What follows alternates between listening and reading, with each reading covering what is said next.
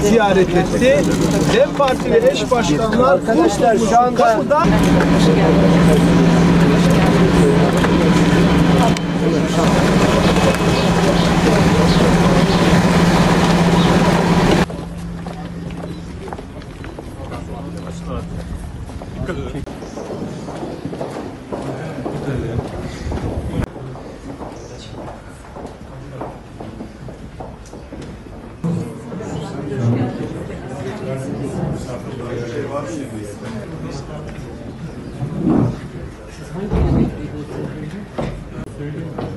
efendim müsaadenizle bir fotoğraf alacağız.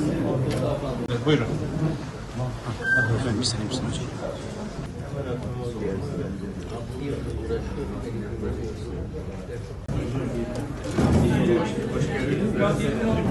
Ziyaretimizden ötürü çok onur duyduk, çok şeref duyduk. Size ve yanının ziyaret etmesi, verdiğinizi, aynı zamanda belediyemizi ziyaret etmesi.